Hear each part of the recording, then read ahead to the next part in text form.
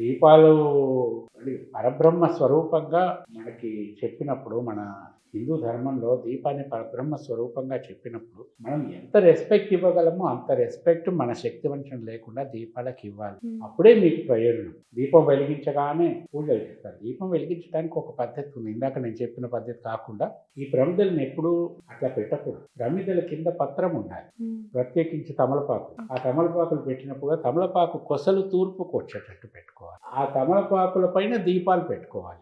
లేకపోతే దీపాలు పెట్టడానికి కింద ఏదైనా ఒక ప్రమిద ఉండాలి. మళ్ళీ మనం ప్రమిదలు పెట్టేటప్పుడు ఒక ప్రమిద పెట్టరు, రెండు కలిపి పెడతారు.